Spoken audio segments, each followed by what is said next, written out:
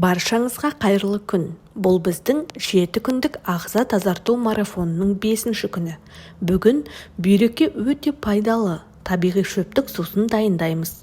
Көп адамдар бүйрек ауырмайынша мән бермейді. Бірақ бүйрек ағзадағы басты сүзгі, сондықтан оны күтіп, тазалап отыру маңызды.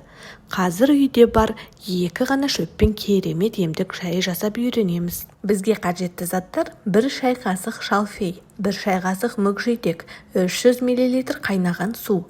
Қалауыңызша 1 немесе 2 шай қасық бал қоссаңыз болады. Дайындау тәсілі: 2 шөпті араластырып, үстіне 300 мл қайнаған су құйыңыз.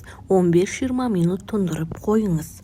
Аш қарынға немесе таңертең тамақ алдында 30 минут бұрын ішіңіз. Бұл емдік шөптің пайдасы: артық тұз бен сұйықтықты шығарады, ісінуді азайтады, бүйректі жұмсақ тазартады, несеп жолдарындағы қабынумен күреседі, қан қысымын ретке келтіреді, терінің де жағдайын жақсартады, денеңіз жеңілдеп, энергия қосылады. Ғылыми негізге сүйенсек, бұл 2 шөп те зертханада дәлелденген.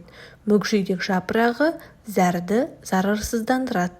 Шалфей табиғи антиоксидант, бүйрекке жеңіл, зәр айдаушы әсер етеді. Бұл сусын Ресей, Германия, Түркияның фитотерапиясында кеңінен қолданылады. Алайда қарсы көрсетілім бар.